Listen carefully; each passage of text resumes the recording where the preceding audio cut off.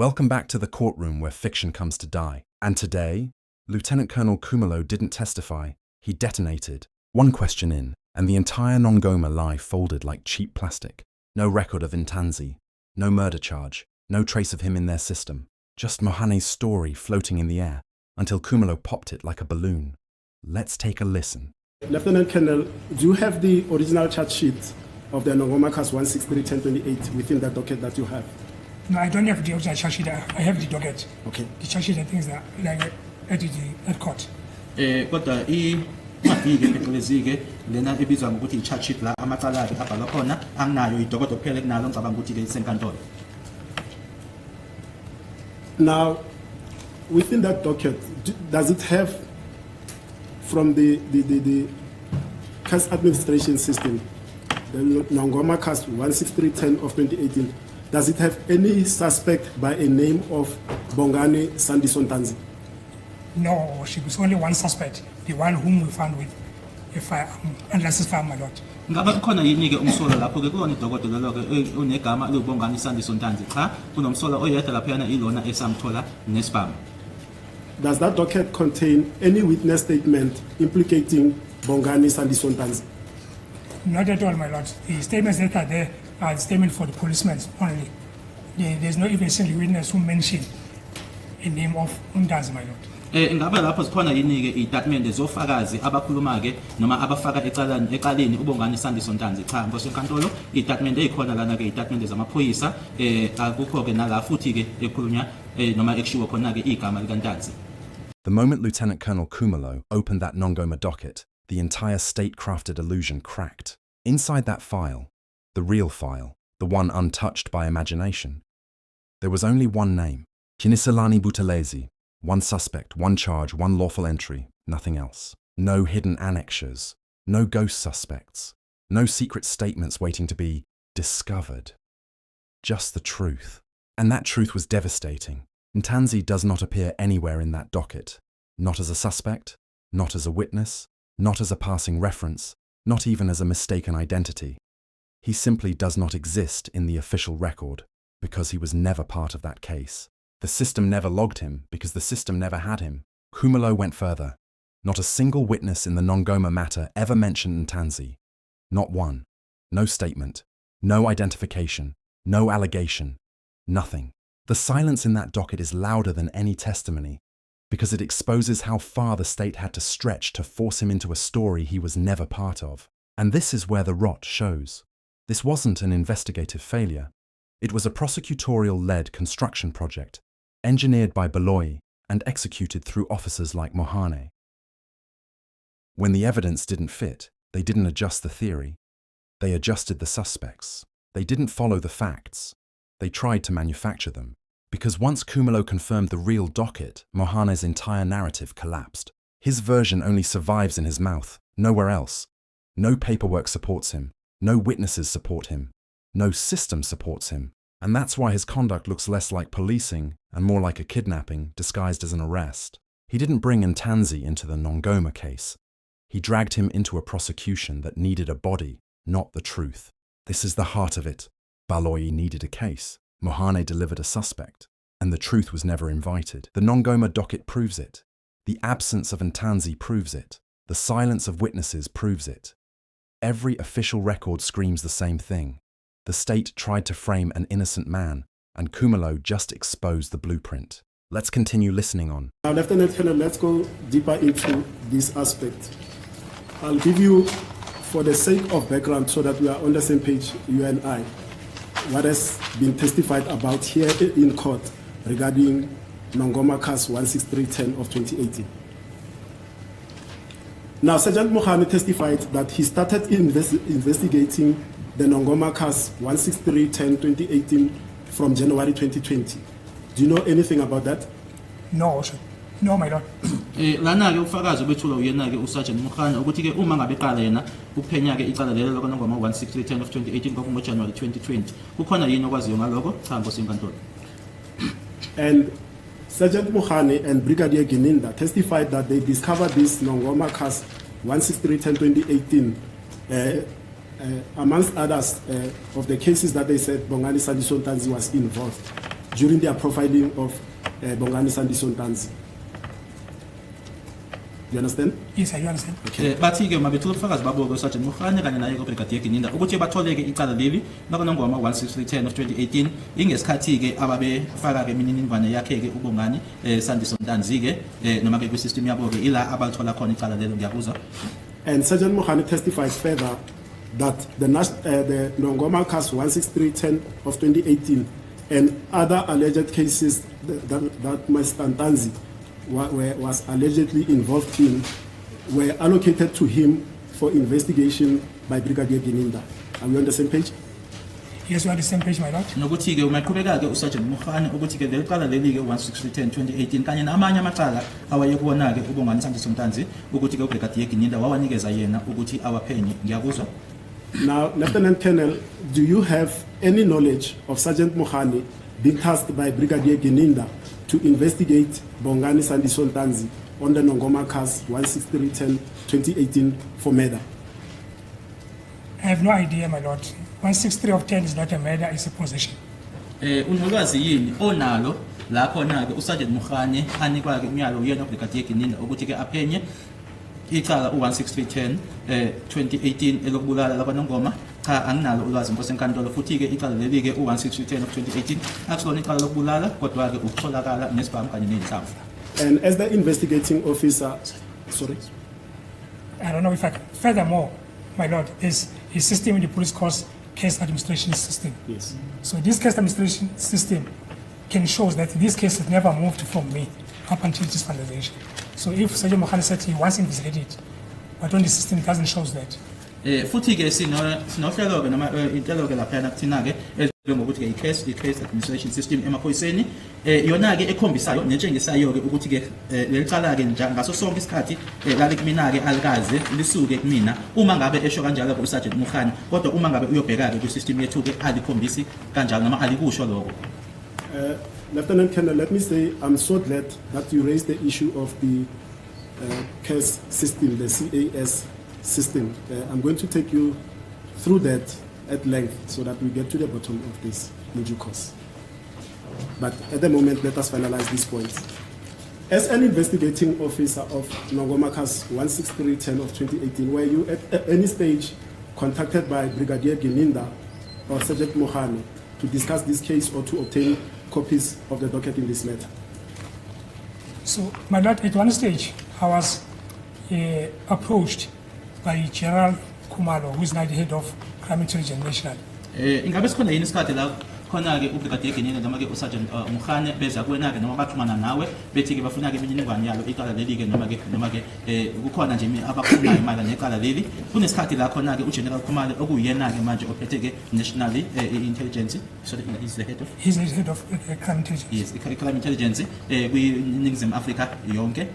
By then, he was in charge of the PKT by then. Ngaleso sikhathi leso uyena ke owayehola iPKT noma ke ithimba leli bengishiyo ngaphambili elaliphenya ukubulawa kwesopolitiki. So he asked me to meet Brigadier Gininda because Brigadier Gininda wants to have information in this case of 163 regarding the suspect. Wangicela ke ukuthi ke uyacela ukuthi ke angihlangane noBrigadier Gininda ngoba ke uBrigadier Gininda khona ke ulwazi awayelifuna ke mayelana nalo icala leli ke u163 mayelana nomsola. And which suspect in particular was Brigadier Gininda interested in on that Nongoma case 16310 of 2018? Qiniselani Buthelezi. Imuphi ke umsolwa awayefuna ukwazi ngaye kulelo cala lelo ku163 Brigadier Gininda Qiniselani Buthelezi. So he wanted to find out how he was arrested, how is the firearm. So he wanted to, according to me, he wanted to find out whether this firearm that we found him with is not linking somewhere in their matter. I don't know what matter was he referring to, but he said he wanted to check whether this farm is not linking into their matter. Wathi ke wayefisa ukwazi noma efuna ukwazi ke ukuthi uqiniselani lona waboshwa kanjani ke efuna ukwazi nangaso ke isibhamu ukuthi ke isibhamu leso ke awaboshwa naso noma esatholakala kuyena ukuthi ke akukho yini okusihlanganisayo nelabo icala ngazi ukuthi yiliphi icala labo ayikhuluma ngalo kodwa wayethi nje ufuna ubheka lokho ukuthi ke akukho kuhlanganisa lesi sibhamu necala labo. So when we meet with him, I think it was King Shara Airport because he was waiting for the flight.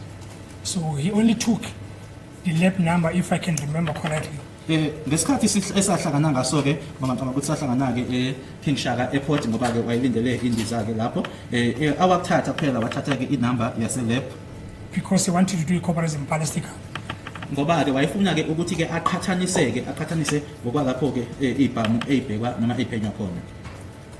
Okay, So that was a short conversation, a short meeting, and then we separated, my lord. Kwaba umhlangano ongazange uthathe isikhathi kwaba mfishane kakhulu basase siyehlukana ke. Now, I was still taking you through the version of Sergeant Mukhane. Is there anything that you want to add on that aspect? No, I want you to go to Khada now. Okay, all right, I'm happy. My lord, if I remember correctly, I can't remember correctly, but I received a call Yes. from Sergeant Mukhane. By then, he was already at Walongo. Mangikhumbula kahle ke ngathola ucingo olubuya kuyena ke uSergeant Mukhane ngaleso sikhathi leso ke waye kwaNongoma. He was coming to look for the same docket 160 of 10. Wayezeke ezobheka lelo noma ezofuna lona ke idokodo lelo usi16310. So when they got into a case system, it was that discovered that the case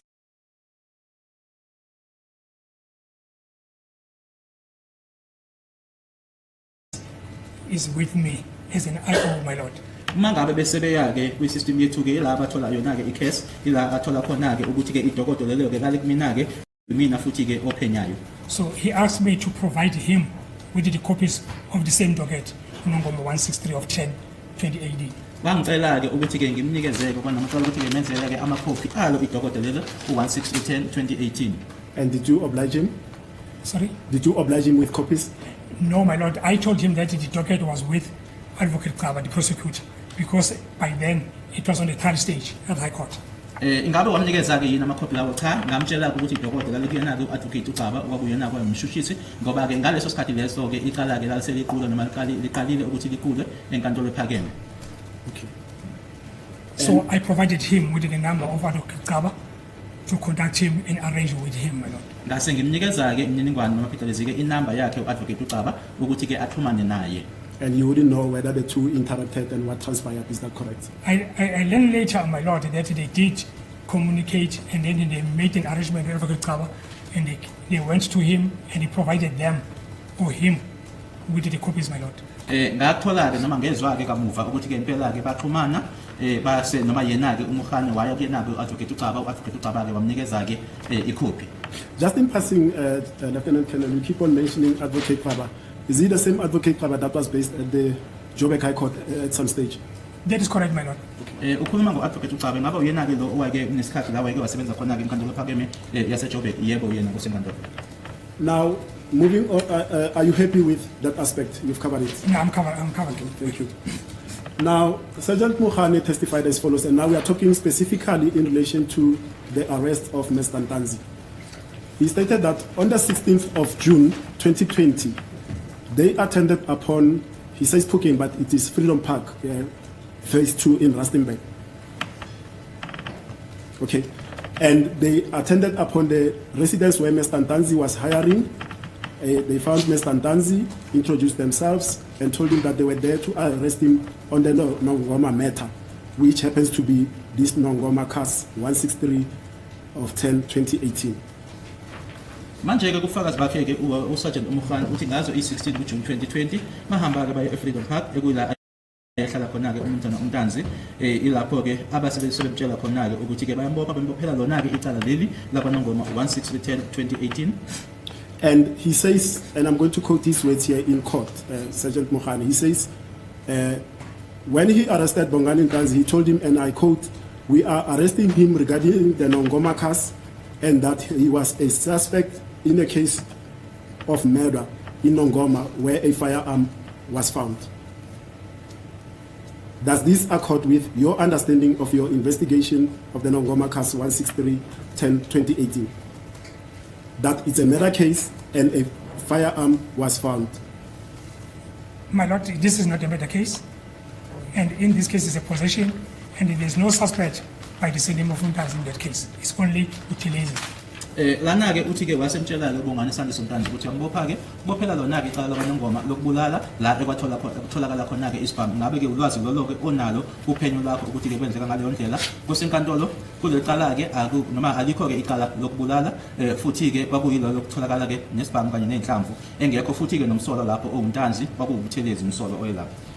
And as of the 16th of June 2020, were you still seized with the investigation of the Nongoma case? 16310 of 2018.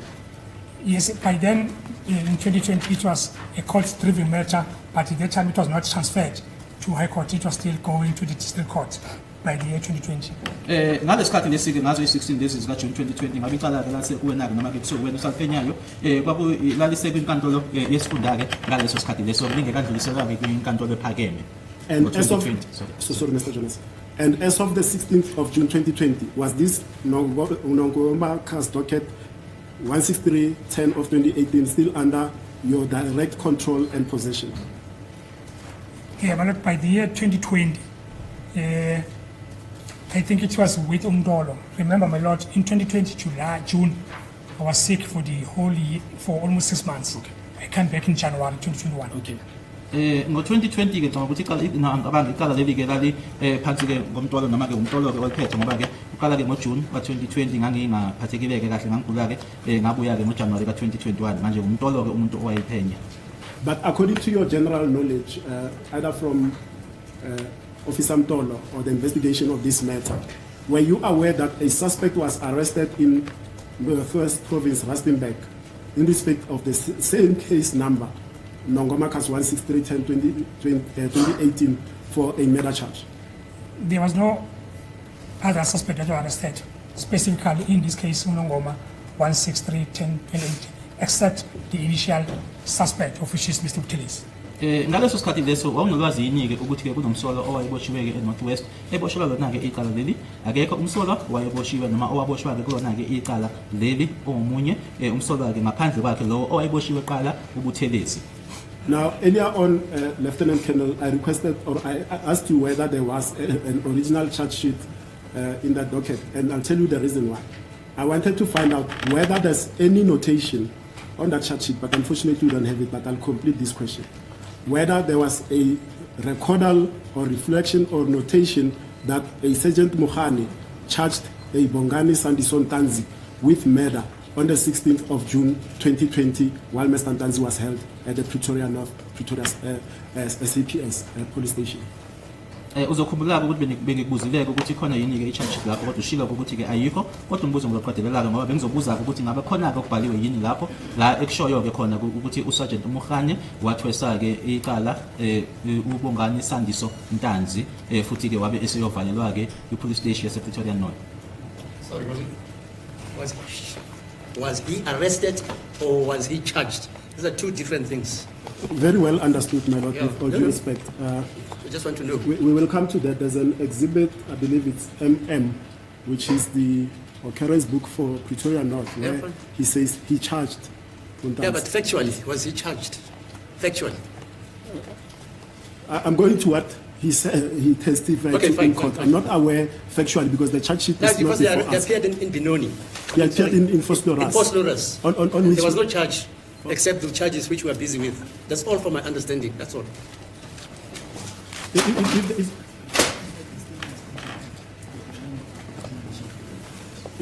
Yes, my lord, but I'm not the what's the right word that I'm looking, the custodian of that information. That information will lie squarely on the shoulders of the state, my lord. We are going according to the allegations and the versions that were made by Sergeant Mohani in relation to this docket as it pertains to Mr. Ntanzi. That is a murder case, and he personally charged Mr. Ntanzi with that. I see. What we witnessed today was not a contradiction. It was a collapse. Once Ramasipili pulled the real Nongoma docket into the light, the truth became unavoidable. Mohane and Gininda lied. Not misremembered, not confused. Lied. Their entire story about Ntanzi being part of the Nongoma case was a manufactured script, stitched together to drag an innocent man into the Senzo Meyiwa matter. They snitched the Nongoma case, hijacked it, twisted it, repurposed it, all to create the illusion that Ntanzi had a violent history that could justify framing him for Senzo's murder. But the real docket told a different story. Ntanzi was never there, never charged, never mentioned, never linked. The only place he existed in that narrative was in the mouths of officers desperate to make Baloyi's theory look alive. And when the truth started burning through the state's version, even my lord descended into the arena, stepping in, stepping forward, stepping over, trying to shield the prosecution from the consequences of their own fabrication. But it didn't work. Not against Ramosipoli, not against the record, not against the facts. Because once the truth is on the table, no amount of judicial gymnastics can put it back in the shadows. This was never an investigation. This was a prosecutorial-led construction project, engineered by Baloyi, executed by Mohane and Gininda, and exposed by Khumalo. They didn't follow evidence. They invented suspects. They didn't solve a case. They framed a man. And today, the blueprint of that frame job was ripped open for the whole country to see. Thank you for watching, for thinking, for questioning, and for refusing to accept the version that collapses the moment real evidence enters the room. If you value truth, accountability, and justice that isn't manufactured in a boardroom, stay locked in. Like, comment, and share this video so more people can see exactly how the narrative was built, broken, and exposed. Your voice matters. Your presence matters. And together, we keep the pressure where it belongs. Until next time. I'm Skybridge. Goodbye.